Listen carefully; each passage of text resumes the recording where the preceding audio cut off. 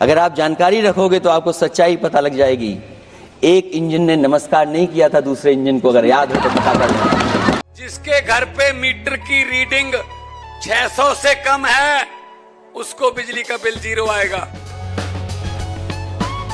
मेरा बिजली ਦਾ ਬਿੱਲ ਪਹਿਲਾਂ 1 ਸਾਲ ਪਹਿਲਾਂ ਆਵਾ ਤਾਂ ਤੇ ਹੁਣ ਵੀ 1 ਸਾਲ ਹੋ ਗਿਆ ਵੀ ਆਂਦਾ ਨਹੀਂ ਹੈਗਾ। ਜਦ ਆਹ ਭਗਵੰਤ ਮਾਨ ਦੀ ਸਰਕਾਰ ਬਣੀ ਆ ਜੀ।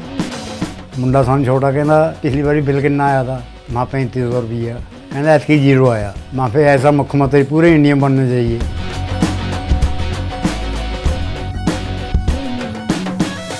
कांग्रेस पार्टी के साथियों से भी कहना चाहता हूं, हम आपके साथी हैं और इस मुद्दे पे तो हम आपके साथ और आपके आगे भी चल करके आपका साथ दे देंगे। अब जाति झंडा को कोई नहीं रोक सकता है। एक दिन ऐसा आए, जानकारी रखा करो। अगर आप जानकारी रखोगे तो आपको सच्चाई पता लग जाएगी। एक इंजन ने नमस्कार नहीं किया था दूसरे इंजन को, अगर याद हो तो पता कर लेना। दूसरा, हमारा एक जाति झंडा का मसला बहुत पुराना है, ये कोई नया नहीं है। आरक्षण के सवाल पर इस देश में दक्षिण भारत से लेकर के उत्तर भारत में और देश में जगह जगह पर बहुत सारे नेता ऐसे रहे जो आज हमारे बीच नहीं हैं, जिनकी वजह से हम आज उस आंदोलन को आगे ले जा रहे हैं।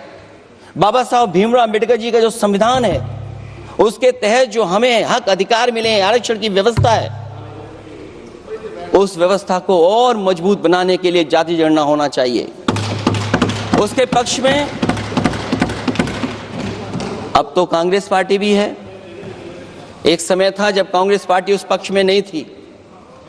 और अध्यक्ष महोदय, मैं बड़ी जिम्मेदारी के साथ कहना चाहता हूं, अगर उसी समय कांग्रेस पार्टी भी पक्ष में होती तो आज हमें आपके सामने खड़ा नहीं होना पता, मांगना नहीं पड़ता जाति जनगणना। लेकिन अध्यक्ष महोदय, मैं अपने कांग्रेस पार्टी के साथियों से भी कहना चाहूंगा, अध्यक्ष महोदय, मैं कांग्रेस पार्टी के साथियों से भी कहना चाहता हूं, हम आपके साथी हैं और इस मुद्दे पे तो हम आपके साथ और आपके आगे भी चल करके आपका साथ दे देंगे। अब जाति झंडा को कोई नहीं रोक सकता है। एक दिन ऐसा आएगा अध्यक्ष महोदय, एक दिन ऐसा आएगा, कोई टकरार नहीं है, आपके इंजन जैसे नहीं है। आपका एक इंजन,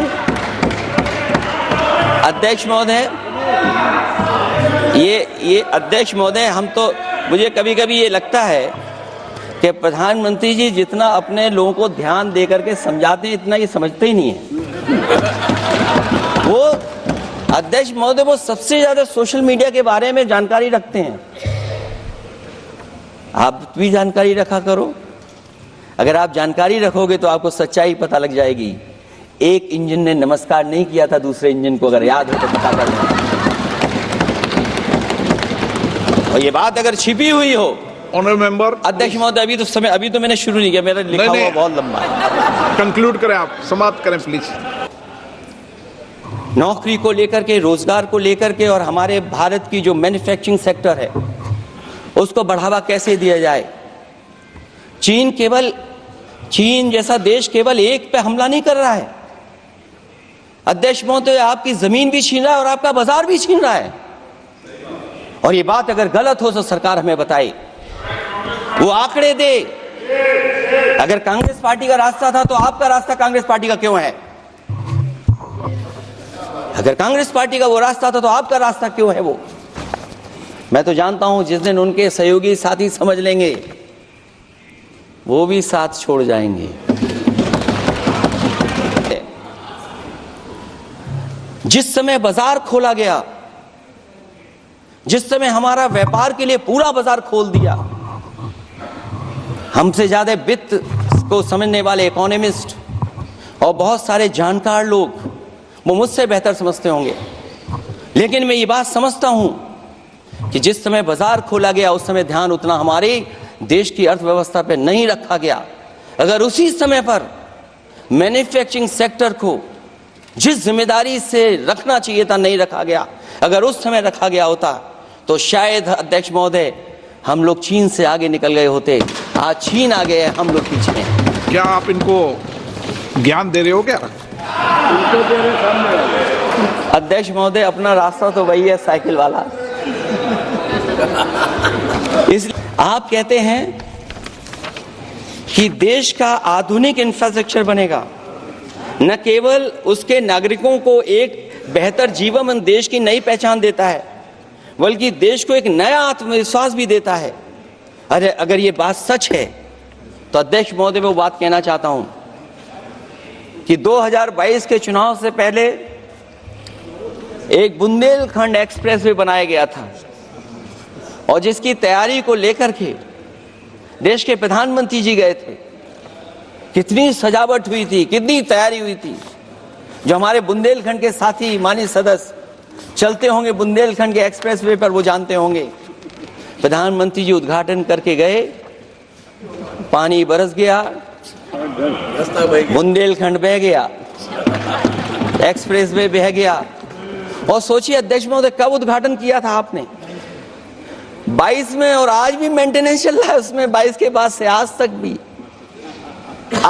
भी मेंटेनेंस चल रहा है। और कहीं अगर आपने जो गाड़ियां बाजार में ला दी हैं, जो बाजार में आजकल अध्यक्ष महोदय जो गाड़ियां आ गई हैं, अगर वो कहीं अपनी रफ्तार से चलेंगी तो या तो पेट दर्द होगा या कमर का दर्द होगा, दोनों में से एक के लिए तो इलाज जाना ही पड़ेगा। और वो कितने हजार करोड़ का बना? 14,000 करोड़ का। इसी तरह गोरखपुर लिंक एक्सप्रेसवे यूपी में तो दे दिया, हमें कोई तकलीफ नहीं है। बिहार भी तरक्की करे, हम भी साथ देंगे बिहार का, कोई तकलीफ नहीं है। लेकिन यूपी में अगर कोई भी एक भारत सरकार के NHAI का एक्सप्रेसवे आया हो तो बता दें। एक भी कोई एक्सप्रेसवे दिया हो तब, जब देश के प्रधानमंत्री को 2 बार और नहीं तीसरी बार भी मौका दिया उत्तर प्रदेश ने। मैं अध्यक्ष महोदय आपका इशारा समझ रहा हूं, बाकी अध्यक्ष महोदय भाषण में अब बजट पे पढ़ दूंगा, मेरा बाकी भाषण बजट में होगा। मैं अपना भाषण खत्म करते हुए केवल इतना कहना चाहता हूं, मैं जो मेरे सुझाव आए हैं उन सुझावों को शामिल कर। हमसे जुड़े रहने के लिए हमारे YouTube चैनल को सब्सक्राइब करें और नई वीडियो की नोटिफिकेशन के लिए बेल आइकॉन को दबाएं।